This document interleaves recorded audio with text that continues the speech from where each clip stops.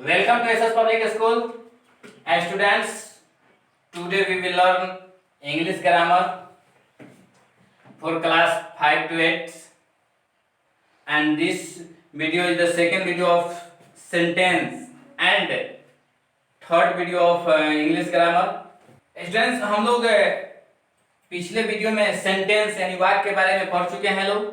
वाक्य का डिफिनीशन यानी सेंटेंस का डिफिनीशन और उसके एग्जांपल्स और उसके काइंड्स को भी क्या किए हैं, पढ़ चुके हैं लोग। फर्स्ट हम लोग उसका फर्स्ट काइंड्स हम लोग पढ़ चुके थे। सेकंड उसका काइंड्स है क्वेश्चन।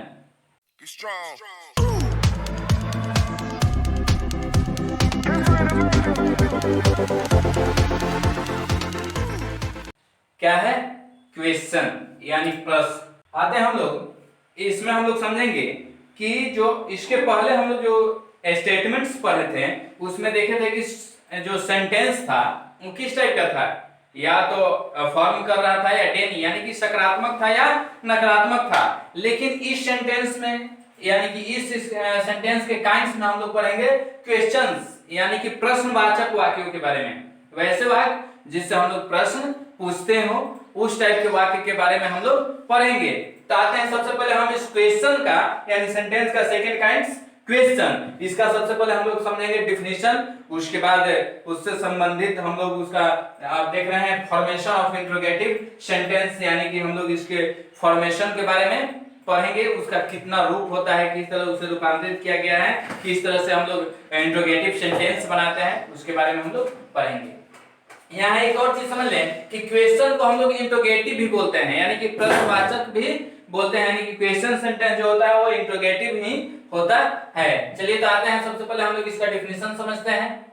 बता रहा है कि question also called an interrogative sentence. अभी हम आप लोगों को बताएं कि क्वेश्चन को ही क्या कहा जाता है, इंट्रोगेटिव सेंटेंस भी कहा जाता है यानी कि प्रश्नवाचक वाक्य भी कहा जाता है। Is a sentence that ask about something. इस सेंटेंस के माध्यम से, इंट्रोगेटिव सेंटेंस के माध्यम से क्या किया जाता है, कुछ पूछा जाता है यानी कि किसी दूसरे व्यक्ति से हम जो प्रश्न पूछे या कुछ भी हम अगर किसी से पूछते हैं वो सब इंट्रोगेटिव सेंटेंस के अंतर्गत यानी क्वेश्चन में ही आते हैं। ये हमारा क्या है, ये है हमारा क्वेश्चन का डिफिनीशन। यानी फिर से रिपीट करते हैं, a question also called an interrogative sentence is a sentence that ask about something. यानी कि जिस सेंटेंस से हम कोई चीज किसी के बारे में या कोई बात अगर हम दूसरे से पूछते हैं तो जो हम पूछते हैं वो सेंटेंस क्या होता है, इंट्रोगेटिव होता है। बट रिप्लाई वाला या तो अफर्मेटिव हो सकता है या नेगेटिव हो सकता है। तो ये हमारा क्या था, क्वेश्चन यानी इंट्रोगेटिव सेंटेंस का डिफिनीशन। आते हैं आप देखते हैं फॉर्मेशन ऑफ इंट्रोगेटिव सेंटेंस।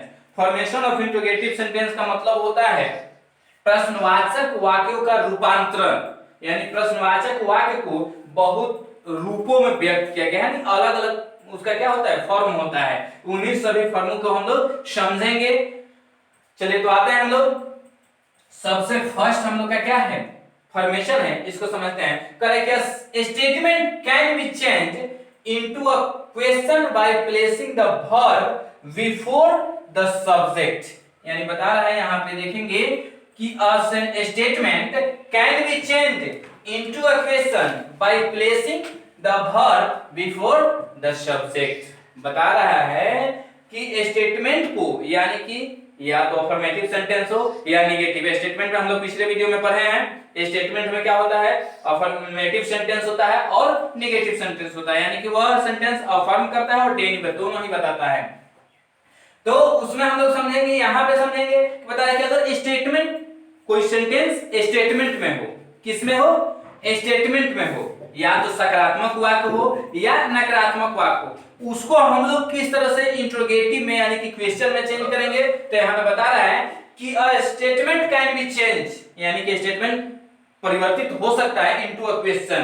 किसमें, प्रश्नवाचक वाक्य में। कैसे, by placing the verb before the subject. जब उस सेंटेंस में हम लोग वर्ब का प्लेसिंग कर देंगे कहां, सब्जेक्ट के पहले, बिफोर द सब्जेक्ट, यानी कि किसी सकारात्मक और नकारात्मक वाक्य में अगर हम क्या करते हैं, उसके वर्ब को सब्जेक्ट के पहले इंक्लूड कर देते हैं, यानी कि सब्जेक्ट के पहले यूज करते हैं, उस कंडीशन में वह सेंटेंस क्वेश्चन बन जाता है, यानी इंटरोगेटिव सेंटेंस बन जाता है। एग्जांपल से समझेंगे।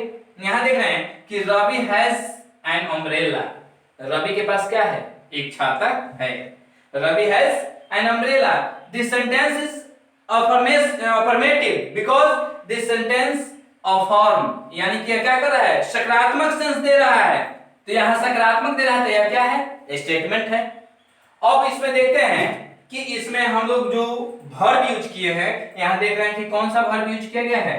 हैज, हेल्पिंग वर्ब के फॉर्म में यूज किया गया है। क्या? Has. Ravi has an umbrella, यानी कि हैज इसमें क्या है? वर्ब है।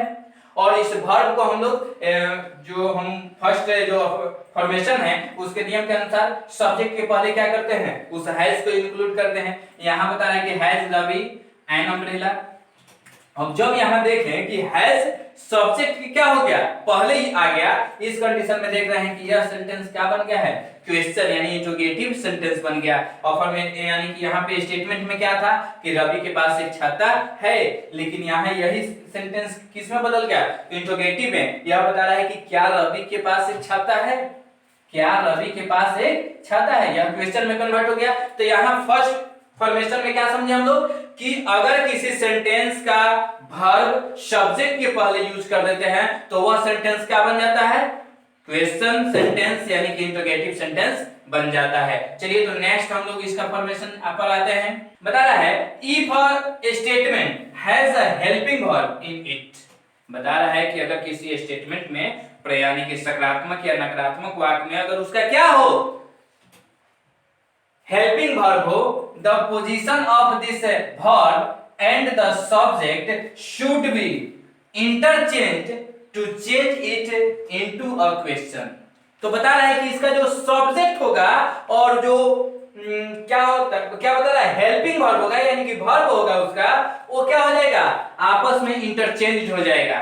इंटरचेंज हो जाएगा और वो किसमें कन्वर्ट हो जाएगा? इंटरचेंज होने के बाद प्रश्नवाचक में, यानी कि इंटरोगेटिव में, यानी कि क्वेश्चन में। क्वेश्चन सेंटेंस में वो क्या हो जाएगा? चेंज हो जाएगा। यानी बता रहा है कि अगर स्टेटमेंट के पास अपना क्या है? हेल्पिंग वर्ब हो, तो उस पोजीशन में वर्ब और सब्जेक्ट के बीच इंटरचेंजिंग होता है, जिससे वह किस में कन्वर्ट हो जाता है? क्वेश्चन में कन्वर्ट हो जाता है। एग्जांपल से समझते हैं। बता रहा है कि a dog is a faithful animal. यहां बता रहा है कि a dog is a faithful animal, यानी कि एक कुत्ता क्या है? वफादार जानवर है। कैसा जानवर है? कुत्ता कैसा होता है? वफादार जानवर होता है। यहां देख रहे हैं कि इज एक हेल्पिंग वर्ब के रूप में यूज किया गया है। तो यहां यह स्टेटमेंट दिया, सकारात्मक सेंटेंस था। और देख रहे हैं यहां पे कि फॉर्मेशन के अनुसार, सेकंड फॉर्मेशन के अनुसार बता रहा है कि dog is a faithful animal, यानी कि इज हेल्पिंग वर्ब है। और इस इज को हम सेंटेंस के क्या किए हैं? पहले यूज किए हैं। Is a dog a faithful animal? क्या एक कुत्ता वफादार जानवर है? यहां देख रहे हैं कि हेल्पिंग वर्ब को हम क्या किए? सब्जेक्ट के पहले इंक्लूड कर दिए, सब्जेक्ट के पहले लगा दिए। इसका यहां क्या बन गया? क्वेश्चन सेंटेंस, यानी इंटरोगेटिव सेंटेंस बन गया। तो इस तरह से हेल्पिंग वर्ब को भी सब्जेक्ट के पहले उसके सब्जेक्ट के अनुसार इंटरचेंज करके हम क्या कर सकते हैं?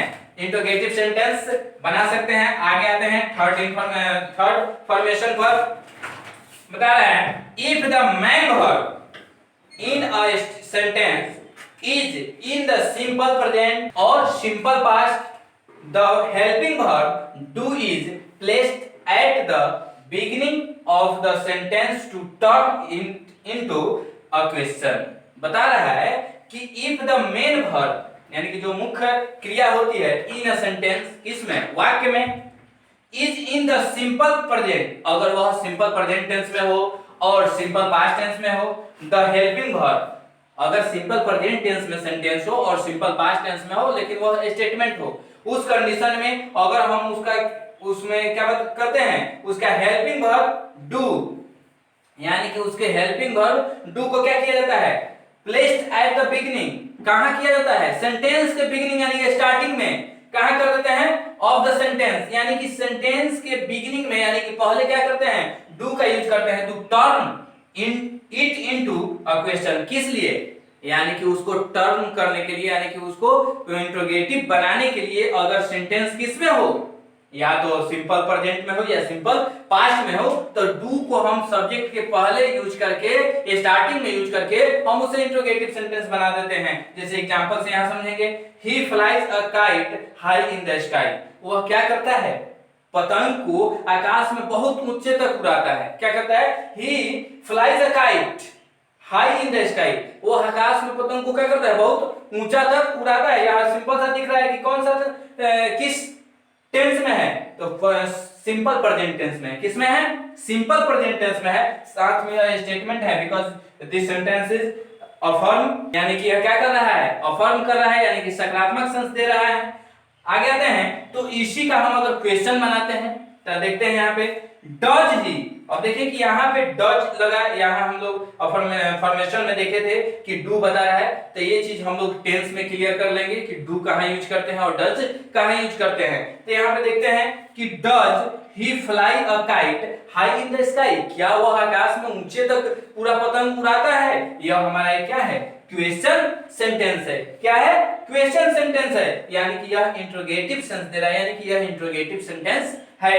नेक्स्ट हम लोग इसका फॉर्मेशन ऑफ इंट्रोगेटिव सेंटेंस का नेक्स्ट 4th नंबर फॉर्मेशन हम लोग पढ़ेंगे। फिर नेक्स्ट फॉर्मेशन है हम लोग का, a question are also formed by using question word. यानी बता रहे हैं कि क्वेश्चन वर्ड से भी उसका क्या किया जाता है, फॉर्म किया जाता है, यानी कि उसका एक फॉर्मेशन बनाया जाता है। किससे, क्वेश्चन वर्ड से। क्वेश्चन यानी जिसको हम लोग WH वर्ड भी बोलते हैं, उसको क्या बोलते हैं हम लोग, WH वर्ड। जैसे यहाँ पे देखें क्वेश्चन वर्ड्स सच है who, whose, what, which, where, when and how, all are question words, all are question words। Introduce a question, जो क्या करता है, क्वेश्चन को इंट्रोड्यूस करता है। Such question require answer with detail and not short yes और no answer. बता दें कि कुछ ऐसे क्वेश्चंस होते हैं जिसका आंसर डिटेल देना पड़ता है, ना ही कि उसे यस और नो में।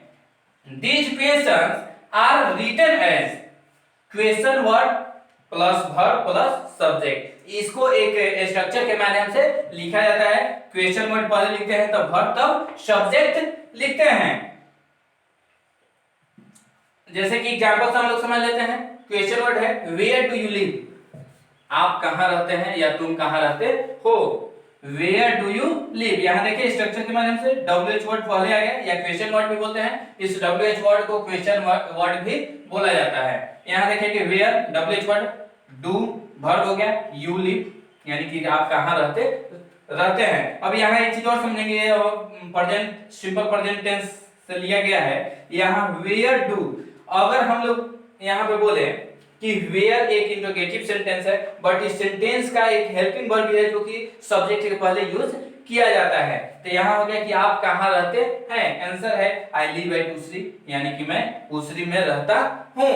यहाँ यह क्या हो गया, इस फॉर्मेशन में हम समझे कि WH वर्ड से क्वेश्चन स्टार्ट होता है जिसका आंसर डिटेल देना होता है, नहीं कि उसको शॉर्ट में यस और नो में नहीं देना होता है। तो आते हैं फिर से एक बार समझते हैं कि सिंपल सा एक कॉन्सेप्ट क्लियर कर लेंगे कि जिस सेंटेंस में, कोई भी सेंटेंस हो, अगर क्वेश्चन को हेल्पिंग वर्ब से स्टार्ट करके पूछा जाए, यानी कि उसका मेन वर्ब या हेल्पिंग वर्ब क्या हो, इस सेंटेंस के बिगिनिंग में हो, उस कंडीशन में हम रिप्लाई यस और नो में ही देते हैं। उस कंडीशन में रिप्लाई हम लोग यस और नो में देते हैं। लेकिन जिस सेंटेंस में स्टार्टिंग क्या हो, WH वर्ड हो, यानी कि जिस सेंटेंस में स्टार्टिंग क्या हो, WH वर्ड हो, उस सेंटेंस में हमें डिटेल आंसर देना पड़ता है, डिटेल आंसर देना पड़ता है। जैसे एक यहाँ पे समझ सकते हैं, do you read, do you read, यहां पूछ रहा है कि क्या आप पढ़ते हैं, यहां पूछ रहा है कि क्या आप पढ़ते हैं। यहां सिंपल सा देख रहे हैं कि आपसे यह पूछा रहा है कि आप पढ़ते हैं कि नहीं पढ़ते हैं, पढ़ते हैं या नहीं पढ़ते हैं। इस कंडीशन में हम लोग यस आई रीड, यह इसका आंसर हो गया, यस आई रीड, हाँ मैं पढ़ता हूं। यहाँ क्या हो गया, यस और नो दोनों में हम रिप्लाई दे सकते हैं। बट यही क्वेश्चन पूछ दिया जाए which type of book do you read, यहाँ यही सेंटेंस पूछ दिया जाए कि which type of book do you read, आप किस प्रकार का किताब पढ़ रहे हैं, कैसा किताब है, हिस्ट्री का है, ज्योग्राफी का है, हिंदी है, इंग्लिश है, किस टाइप का है, या सॉन्ग का है, या कोई मनोरंजन का, या किसी भी प्रकार का। यहाँ आपको बुक के बारे में डिटेल पूछ रहा है, बुक के बारे में डिटेल पूछ रहा है कि किस टाइप का पढ़े। यहाँ देखें कि WH वर्ड क्या हो गया है, पहले आ गया। इस कंडीशन में हमें क्या करना होगा, इस कंडीशन में हमें डिटेल आंसर देना होगा। जैसे आप जो बुक पढ़ रहे हो आप लिख सकते हैं I read a English book, ये हमारा क्या हो गया, इसका आंसर हो गया। यानी कि यहाँ हम उसको डिटेल बताए, यस और नो में आंसर नहीं दिए। तो यह हम समझ लिए कि जिस सेंटेंस में अगर क्वेश्चन को WH वर्ड से स्टार्ट करके पूछा जाए तो उसका डिटेल आंसर देना होता है, और जिस सेंटेंस में हेल्पिंग वर्ब से स्टार्ट करके पूछा जाए उसे हमें यस नो में रिप्लाई देना होता है। ये हमारा था क्वेश्चन, यानी कि सेंटेंस का सेकंड काइंड क्वेश्चन। और इसके बाद वाला नेक्स्ट काइंड हम लोग नेक्स्ट वीडियो में पढ़ेंगे। फ्रेंड्स, इस क्वेश्चन सेंटेंस इंफॉर्मेशन को और पूरे डिटेल को क्या कर लेंगे, नोट करके याद कर लेंगे। That's all.